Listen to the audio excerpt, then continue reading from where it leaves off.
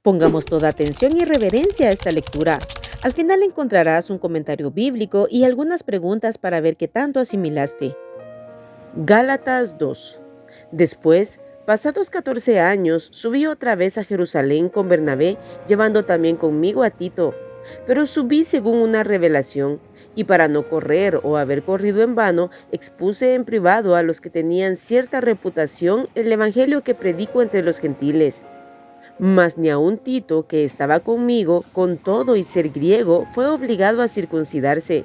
Y esto a pesar de los falsos hermanos introducidos a escondidas, que entraban para espiar nuestra libertad que tenemos en Cristo Jesús para reducirnos a esclavitud, a los cuales ni por un momento accedimos a someternos para que la verdad del Evangelio permaneciese con vosotros.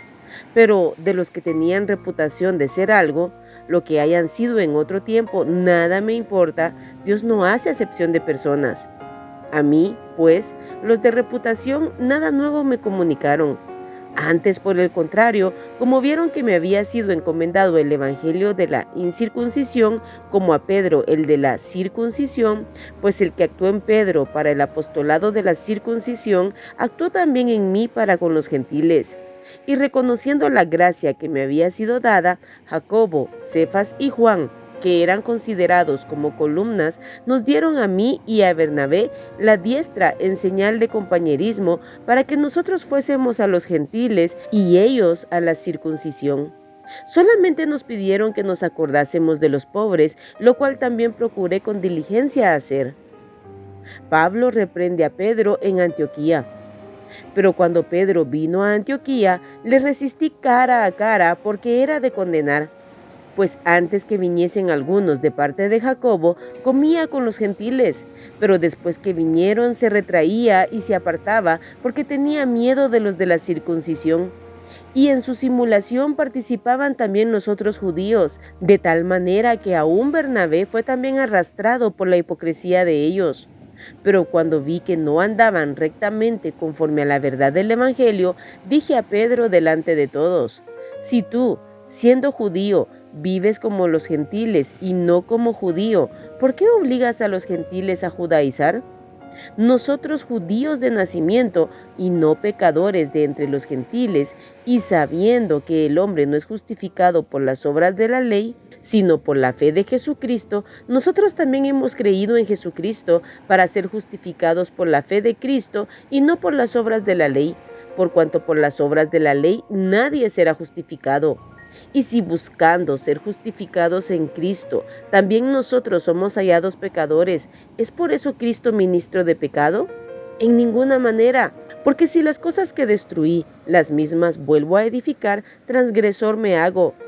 Porque yo, por la ley soy muerto para la ley, a fin de vivir para Dios. Con Cristo estoy juntamente crucificado, y ya no vivo yo, mas vive Cristo en mí. Y lo que ahora vivo en la carne, lo vivo en la fe del Hijo de Dios, el cual me amó y se entregó a sí mismo por mí. No desecho la gracia de Dios, pues si por la ley fuese la justicia, entonces por demás murió Cristo. Pablo continúa el relato que inició en el capítulo 1. Él cuenta acerca de una de sus visitas a Jerusalén, muy probablemente cuando fue el concilio de Jerusalén que estudiamos en Hechos 15. En todo este capítulo, Pablo explica a los hermanos de Galacia que desde el inicio, a pesar de que ya se habían introducido falsos hermanos judaizantes en Jerusalén, todos se mantuvieron firmes en el mensaje puro del Evangelio. La salvación es por la fe en Jesucristo. En el verso 5 vemos cómo esa firmeza les llevó a no someterse a esas ideas judaizantes. Pablo era tolerante y paciente con respecto a muchas cosas, pero inflexible cuando se trataba de la verdad del Evangelio y el pecado. Y así deberíamos de ser nosotros, ser totalmente inflexibles ante el pecado y las falsas doctrinas que cada vez proliferan más. A través de los siglos, hombres y mujeres han dado su vida por defender y mantener la pureza del mensaje del Evangelio, no condescendiendo con las religiones y sectas que llevan a las multitudes a la condenación eterna, desviándoles de la fe de Jesucristo. Por esto mismo, no debemos ser ecuménicos, que es la unión de todas las religiones, sino persistir predicando el mensaje puro. Muchos dicen que el ecumenismo es el amor entre las religiones, pero no es así. El verdadero amor es predicar el arrepentimiento y la salvación por el único medio de salvación que es Cristo.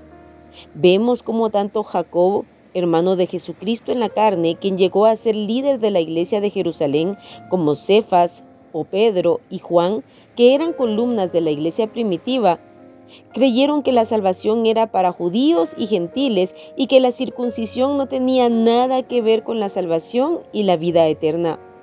La presión de los judaizantes era fuerte. Podemos ver el conflicto que tuvo Pedro y Bernabé. Fueron tentados a actuar con hipocresía en presencia de los judaizantes. Para un judío, comer con gentiles les hacía inmundos. Era abominación, y por eso, en presencia de los judaizantes, ellos se retraían y ya no comían con los gentiles. Pablo reprendió a Pedro por su actitud.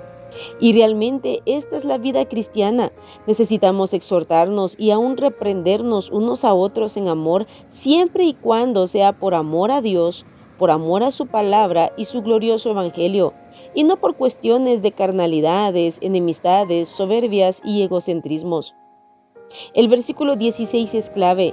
El hombre no es justificado por las obras de la ley, sino por la fe de Jesucristo. De lo contrario, como dice en el versículo 21, por gusto, o sea, por demás hubiera muerto Jesucristo. Las religiones y sectas ponen diferentes medios para la salvación: penitencias, rezos, buenas obras, ritos religiosos, etc., haciendo nulo el sacrificio de Cristo. No es algo simple y no es algo sencillo. Amemos el mensaje puro del Evangelio y defendámoslo. Cada cristiano necesitamos vivir de acuerdo al verso 20. Con Cristo estoy juntamente crucificado y ya no vivo yo, mas vive Cristo en mí. Y lo que ahora vivo en la carne, lo vivo en la fe del Hijo de Dios, el cual me amó y se entregó a sí mismo por mí. Así que debemos considerarnos muertos al pecado y muertos a la ley y vivos para Cristo, sostenidos por la fe en Él. Ahora, si pusiste atención, responde a las siguientes preguntas. Número 1. ¿Con quiénes subió Pablo a Jerusalén? Número 2. ¿Tito era judío o gentil? Es decir, no judío. Número 3. ¿Existían falsos hermanos en Jerusalén en los inicios de la iglesia? Número 4. ¿Los falsos hermanos querían esclavizar a la iglesia a la circuncisión? Número 5. ¿Pablo y la iglesia genuina accedió a someterse a la voluntad de ellos? Número 6. Menciona a los 3 personajes que eran considerados columnas de la iglesia en Jerusalén. Número 7. ¿Por qué reprendió Pablo a Pedro cara a cara? Número 8. ¿Quién fue arrastrado por la hipocresía de Pedro y los otros judíos? Número 9. ¿El hombre es justificado por las obras de la ley o por la fe en Jesucristo? Y número 10. Si estamos crucificados con Cristo, ¿quién vive en nosotros? Aquí terminamos el capítulo 2 de Gálatas. Apartemos todos los días tiempo para orar y meditar la palabra de Dios. Que Dios te bendiga.